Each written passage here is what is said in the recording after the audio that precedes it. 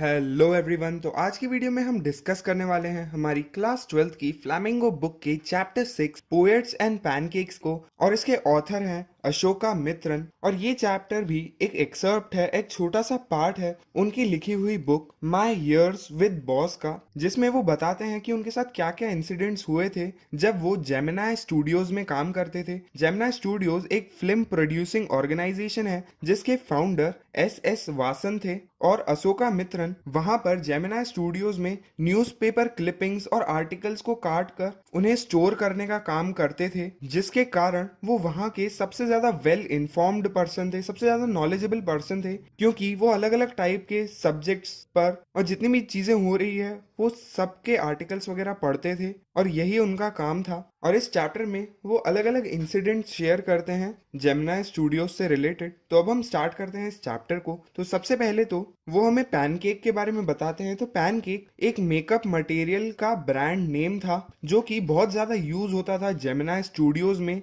और उस टाइम के सभी लीडिंग एक्टर्स इसी मेकअप मटेरियल को यूज करते थे। तो जेमिनाई स्टूडियोज का जो मेकअप डिपार्टमेंट था वो एक बिल्डिंग के ऊपर वाले फ्लोर पर था, और ऐसा माना जाता था कि जब ब्रिटिशर्स के टाइम पे वो वाली जगह पहले रॉबर्ट क्लाइव का स्टेबल हुआ करती थी, मतलब जहां पर घोड़ों को रखा जाता है, और अब ये जेमिनाई स्टूडियोज का मेकअप डिपार्टमेंट है। और ये रूम बिल्कुल एक हेयर कटिंग सैलून जैसा लगता है, और यहाँ पर बहुत सारी लाइट्स लगी हुई थी, और ये सभी इनकैंडिसेंट लाइट्स थी। मतलब जो येलो कलर के बल्ब्स होते हैं ये वो थे जो काफी ज्यादा हीट भी एमिट करते हैं, जिसके कारण जिसका वहां पर मेकअप हो रहा होता है उसे इन लाइट्स की हीट फेस करनी पड़ती है, और ये बहुत ही ज्यादा पेनफुल एक्सपीरियंस होता था। इसके बाद ऑथर हमें बताते हैं कि उस मेकअप डिपार्टमेंट को पहले एक बंगाली लीड करते थे, या उस मेकअप डिपार्टमेंट के हेड थे। उसके बाद एक महाराष्ट्रियन उनकी जगह पर मेकअप डिपार्टमेंट के हेड बने, और उन्हें काफी सारे दूसरे लोग भी असिस्ट करते थे, जैसे कि एक आंध्रा, एक वर्मा, एक धरवार, और इस तरीके से अलग अलग कम्युनिटीज के लोग उन्हें असिस्ट करते थे।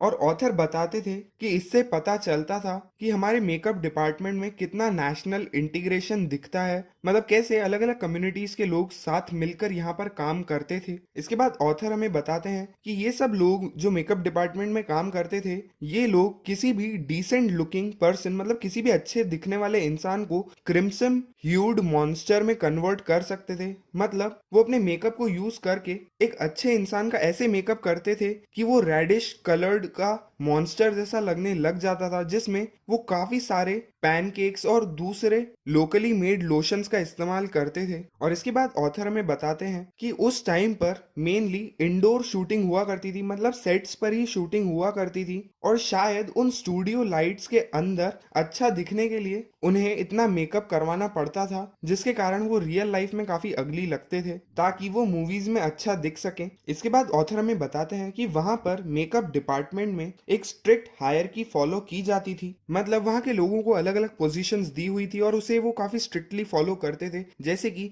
जो चीफ मेकअप आर्टिस्ट हैं वो हमेशा चीफ एक्टर और एक्ट्रेस का मेकअप करते थे, जो सीनियर असिस्टेंट है वो हमेशा सेकंड हीरो या हीरोइन का मेकअप करते थे, जो जूनियर असिस्टेंट थे वो हमेशा मेन कॉमेडियन का मेकअप करते थे। और उसके बाद वहां पर मेकअप डिपार्टमेंट में एक ऑफिस बॉय भी था जो कि बची हुई क्राउड प्लेयर्स का, यानी जो लोग क्राउड सीन्स में या जो छोटे मोटे रोल्स करते थे उन लोगों का मेकअप ऑफिस बॉय करता था। इसके बाद ऑथर हमें बताते हैं कि वो जो ऑफिस बॉय था वो एक्चुअल में कोई बॉय नहीं था, बल्कि वो अराउंड 40 साल का एक आदमी था, और वो भी जेमिनाई स्टूडियोज में एक स्टार एक्टर बनने की उम्मीद से आया था, या फिर कोई राइटर या कोई डायरेक्टर या कोई लिरिक्स राइटर बनने की उम्मीद से आया था। और वो जो ऑफिस बॉय था वो थोड़ा पोएटिक भी था, मतलब वो थोड़ा बहुत लिखता भी था, पर आखिर में वो जेमिनाई स्टूडियोज का ऑफिस बॉय ही बन गया। इसके बाद नरेटर हमें बताते हैं कि उस टाइम पर ऑथर एक क्यूबिकल में अपना काम करते थे जो कि न्यूज़पेपर क्लिपिंग्स को निकालने का था, और लोगों को लगता था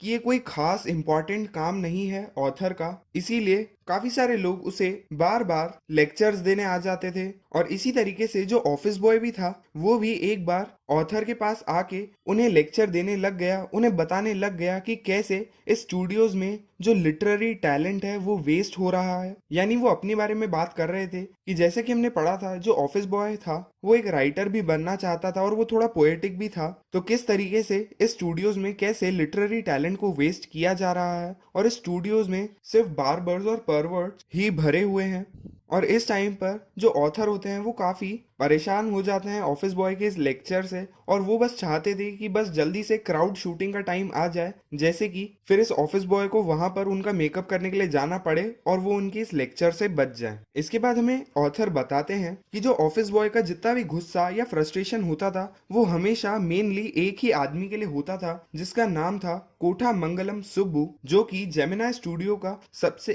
सेकंड मोस्ट इम्पॉर्टेंट आदमी था। और ऑफिस बॉय उसे इसलिए पसंद नहीं करता था क्योंकि ऑफिस बॉय को लगता था कि उसकी जितनी भी परेशानी है और उसकी लाइफ जैसी चल रही है उसका रीजन सिर्फ सुब्बू ही है। इसके बाद ऑथर हमें बताते हैं कि जो सुब्बू थे उनकी इतनी कुछ खास एंट्री नहीं हुई थी फिल्म इंडस्ट्री में, उनकी एंट्री काफी डिफिकल्ट टाइम में हुई थी और वो इतना ज्यादा एजुकेटेड भी नहीं थे जितना कि वो ऑफिस बॉय था। बट क्योंकि सुब्बू एक ब्राह्मण थे इसके कारण उनके पास ज्यादा एक्सपोजर था और वो उस टाइम के ज्यादा एफ्लुएंट लोगों से, मतलब जो इन्फ्लुएंसिव लोग होते हैं उनसे इसी कारण से मिल पाए, क्योंकि उस टाइम पर कास्ट सिस्टम काफी प्रिवेल करता था, इसके कारण वो इतना आगे पहुंच पाए। पर साथ ही में इसके बाद ऑथर काफी सारी क्वालिटीज भी बताते हैं सुब्बू की। वो बताते हैं कि सुब्बू एक काफी चीयरफुल इंसान थे, वो काफी एनर्जेटिक इंसान थे। ऑथर ये भी बताते हैं कि एक बार उनकी एक फिल्म फ्लॉप भी हो गई थी, फिर भी वो इतने ही चेयरफुल थे और इतने ही पैशनेट थे अपने काम को लेकर।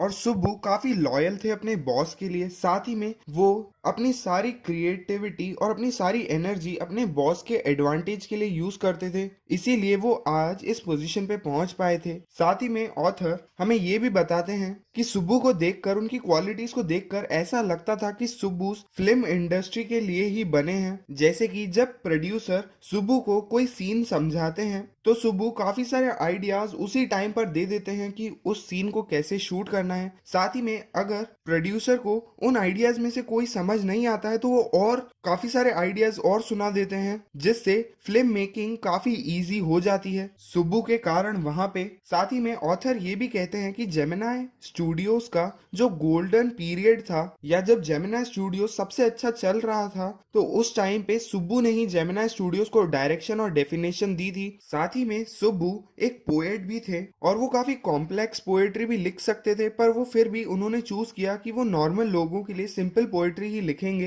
पर वो फिल्म्स में इतना ज्यादा फेमस थे फिल्म इंडस्ट्री में, जिसके कारण उनके लिटरेरी अचीवमेंट्स, मतलब उनकी पोएम्स और नॉवेल्स के बारे में उनकी अचीवमेंट्स उन अचीवमेंट्स के सामने कुछ भी नहीं लगती थी। इसके बाद ऑथर ये भी बताते हैं कि उन्होंने काफी सारी ओरिजिनल पोएम्स लिखी थी, साथ में एक नॉवेल भी लिखी थी जिसमें काफी सारे कैरेक्टर्स थे और वो काफी डिटेल्ड तरीके से एक्सप्लेन थे उस नॉवेल में। साथ ही में ऑथर ये भी बताते हैं कि सुब्बू एक काफी अच्छे एक्टर भी थे, पर वो कभी भी मेन रोल्स नहीं लेते थे, वो हमेशा साइड रोल्स परफॉर्म करते थे। पर उनके साइड रोल्स को भी देखकर ऐसा लगता है कि जो लोग मेन परफॉर्मेंस दे रहे हैं वो उनसे भी अच्छा कर रहे हैं। साथ ही में सुब्बू काफी चैरिटेबल भी थे और वो काफी सारे लोगों को सपोर्ट करते थे, उन्हें फीड करते थे, जो भी उनके घर पे आता था वो सभी की हेल्प करना पसंद करते थे सेल्फलेसली। और इसके बाद ऑथर हमें बताते हैं कि इस तरीके के काइंड हार्टेड मैन के भी फिर भी दुश्मन थे और ऑफिस बॉय उस डिपार्टमेंट में उनका सबसे बड़ा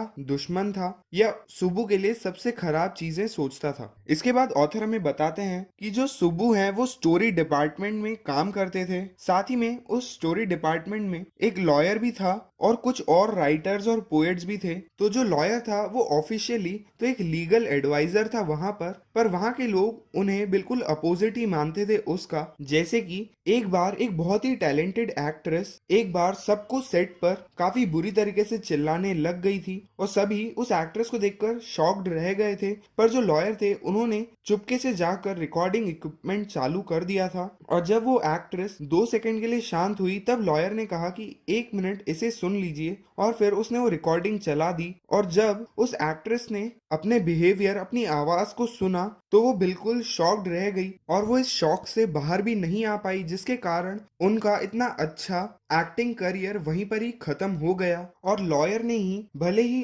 अनविलिंगली, मतलब वो ऐसा करना तो नहीं चाहते थे, पर फिर भी लॉयर के कारण ही उनका एक्टिंग करियर खत्म हुआ था। इसीलिए लोग उन्हें लीगल एडवाइजर का अपोजिट ही मानते थे, क्योंकि एक एडवाइजर का काम तो सिर्फ एडवाइस देना होता है। इसके बाद ऑथर में बताते हैं कि उस डिपार्टमेंट में सभी लोग खादी यूनिफॉर्म पहनते थे, पर जो लीगल एडवाइजर है वो पैंट्स टाई और कभी कभी कोट भी पहनकर आते थे और वो उस डिपार्टमेंट में काफी अकेले और काफी हेल्पलेस लगते थे। साथ ही में ऑथर ये भी कहते हैं कि he was a man of cold logic in a crowd of dreamers, मतलब वो जो लीगल एडवाइजर थे वो काफी लॉजिकली सोचते थे, पर उसके अलावा उस डिपार्टमेंट में सभी राइटर्स और पोएट्स थे, मतलब वो सिर्फ अपनी इमेजिनेशन में रहते थे, वो सभी फिक्शन स्टोरीज के बारे में सोचते रहते थे और इसकी जगह पर जो लीगल एडवाइजर है वो काफी लॉजिकली सोचते थे, इसीलिए वो काफी अकेले थे उस डिपार्टमेंट में। साथ ही में ऑथर ये भी बताते हैं कि एक बार उस लॉयर को भी एक बार फिल्म प्रोड्यूस करने का चांस मिला था, पर वो फिल्म भी फ्लॉप हो गई थी। इसके बाद ऑथर बताते हैं कि एक बार जब बॉस ने स्टोरी डिपार्टमेंट को जब बाद में बंद कर दिया था,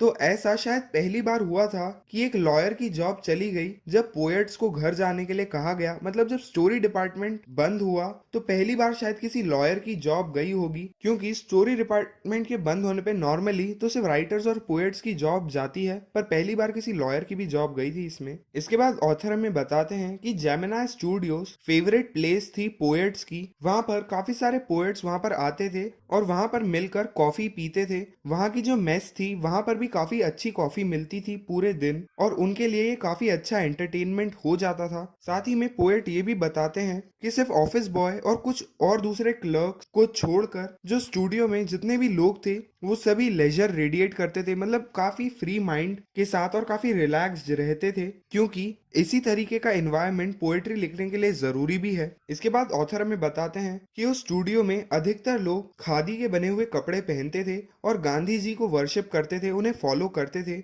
और साथ ही में जो स्टूडियो के सभी दूसरे लोग थे वो कम्युनिज्म को डिसलाइक करते थे। वो ऐसा मानते थे कि कम्युनिस्ट का कोई भी धर्म नहीं होता, कोई भी मॉरल्स नहीं होते हैं उन्हें। वो न ही अपनी फैमिली को प्यार करते हैं ना ही किसी और से, वो सिर्फ वायलेंट और अनरेस्ट फैलाते हैं। ऐसे सब थॉट्स उस टाइम पर साउथ इंडिया में प्रेवलेंट थे और यही थॉट्स कम्युनिस्ट के लिए जेमिनी स्टूडियोज के जो लोग थे उनमें भी प्रेवलेंट थे। इसके बाद ऑथर हमें बताते हैं कि 1952 में फ्रैंक बचमन की मॉरल रीआर्मामेंट आर्मी, जिसमें 200 लोग काम करते थे, वो मद्रास आई थी और जेमिनी स्टूडियोज के लोगों ने उन्हें वेलकम किया था इंडिया में। वहां के लोगों को पहले लगता था कि शायद ये कोई सर्कस के लोग हैं, पर बाद में उन्होंने 2 प्लेस किए वहां पर जिनका नाम था जॉथम वैली और द फॉरगॉटन फैक्टर, और उन प्लेस में उन लोगों के सेट्स और उनके कॉस्ट्यूम काफी ज्यादा अच्छे थे और इन प्लेस को काफी पसंद किया गया उन लोगों के द्वारा। साथ ही में वहां के लोगों ने इन प्लेस को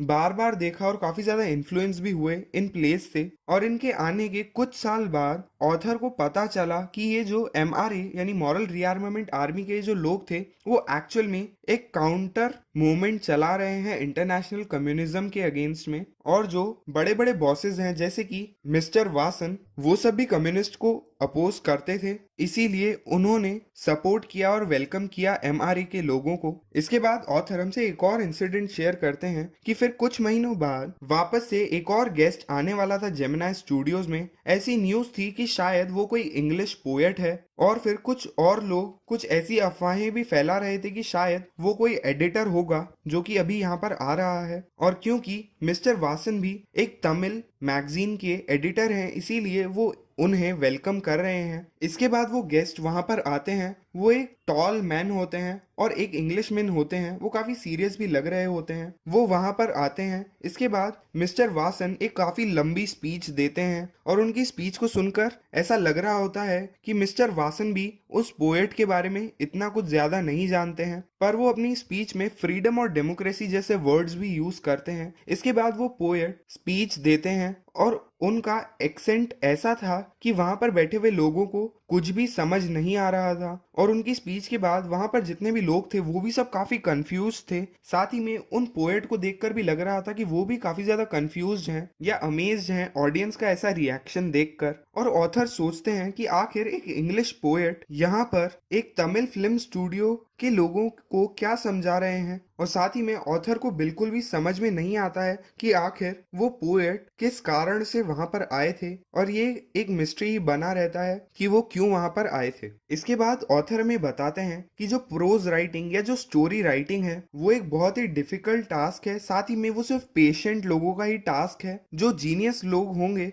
वो कभी भी स्टोरी राइटिंग नहीं करेंगे, क्योंकि स्टोरी राइटिंग में जो नॉवेल्स राइटिंग होती है वो काफ़ी लंबी होती है और उसमें काफ़ी पेशेंस चाहिए रहता है और कंसिस्टेंसी चाहिए रहती है। इसीलिए जो जीनियस लोग होते हैं, जो कि काफ़ी तेज तेज काम करना पसंद करते हैं, वो कभी भी इस चीज़ को नहीं कर सकते हैं, ऐसा ऑथर का सोचना था। इसके बाद ऑथर हमें बताते हैं कि एक ऐसा ही शॉर्ट स्टोरी राइटिंग का कॉन्टेस्ट एक ब्रिटिश पीरियोडिकल जिसका नाम था द एनकाउंटर, उन्होंने ऑर्गेनाइज करवाया था और इसका एड ऑथर ने द हिंदू नाम के एक न्यूज़पेपर में देखा था। तो इससे पहले कि वो अपनी स्टोरी को वहां पर भेजें, वो चाहते थे थोड़ी इन्फॉर्मेशन इकट्ठा करना द एनकाउंटर, जो कि वो मैगजीन थी, उसके बारे में। तो इसीलिए वो एक ब्रिटिश काउंसिल लाइब्रेरी में जाते हैं और वो वहां पर इन मैगजीन की कुछ कॉपीज को देखते हैं और जब वो इसके एडिटर का नाम पढ़ते हैं तब वो एकदम से अमेज्ड हो जाते हैं, क्योंकि उस मैगजीन के जो एडिटर थे वो वही पोएट थे जो पहले एक बार जेमिनी स्टूडियोज में आए थे और उनका नाम था स्टीफन स्पेंडर। तो इसीलिए वो भी अपनी स्टोरी को एक एनवेलप में डाल के वहां पर उस एड्रेस पर पोस्ट कर देते हैं उस कंपटीशन के लिए। अब इसके बाद ऑथर एक दूसरा इंसिडेंट शेयर करते हैं जिसमें वो बताते हैं कि अब कुछ सालों बाद जब उन्होंने जेमिनी स्टूडियोज को छोड़ दिया था और तब उनके पास इतने पैसे भी नहीं हुआ करते थे, इसीलिए जब भी कोई चीज डिस्काउंटेड प्राइस पर मिलती थी तो वो उसे खरीद लेते थे। वैसे ही एक बार फुटपाथ पर उन्हें एक स्पेशल लो प्राइस एडिशन दिख रहा होता है एक मैगजीन का, तो वो उसे 50 पैसे में खरीद लेते हैं और उस बुक का टाइटल होता है द गॉड दैट फेल्ड, जिसके अंदर 6 अलग अलग राइटर्स ने बताया था कि उनकी जर्नी कैसी रही कम्युनिज्म के साथ और जब उन्हें पता चला कि कम्युनिज्म कितना खराब था तो उन्होंने कैसे इसे अपोज करना स्टार्ट किया। तो इसीलिए इस बुक का टाइटल भी है the God that failed. God का यहाँ पे मतलब है कम्युनिज्म। तो पहले तो वो कम्युनिज्म को काफी अच्छा मानते थे, गॉड की तरह मानते थे, पर फिर उन्हें पता चला कि ये कितनी खराब चीज है, इसीलिए टाइटल है द गॉड दैट फेल्ड। और जब ऑथर इसके राइटर्स के नाम पढ़ते हैं तो उसमें एक नाम होता है स्टीफन स्पेंडर्स, तब वो काफी अमेज्ड हो जाते हैं और अब उन्हें पूरी बात समझ में आ गई होती है कि आखिर पहले उनके बॉस ने जेमिनी स्टूडियोज में स्टीफन स्पेंडर को क्यों इनवाइट किया था। उन्हें समझ में आ गया था कि उनके जो बॉस थे मिस्टर वासन, उनको स्टीफन स्पेंडर की पोएट्री से तो कोई लेना देना नहीं था, पर क्योंकि स्टीफन स्पेंडर कम्युनिज्म के अगेंस्ट थे और एसएस वासन जो थे वो भी कम्युनिज्म को अपोज करते थे, इसीलिए उनके बॉस मिस्टर वासन ने स्टीफन स्पेंडर को वहां पर बुलाया था। तो इसी के साथ खत्म होता है ये चैप्टर पोएट्स एंड पैनकेक्स। तो ये इस चैप्टर की एक समरी थी और अगर आपको इसके डिटेल्ड एक्सप्लेनेशन को भी देखना हो तो आपको लिंक डिस्क्रिप्शन में मिल जाएगा। तो अगर आपको ये वीडियो पसंद आई हो तो प्लीज इस वीडियो को लाइक करें और अगर आप ऐसी ही वीडियोस को देखते रहना चाहते हैं तो इस चैनल को सब्सक्राइब करें। अब मैं आपसे मिलता हूँ अगली वीडियो में। Thank you.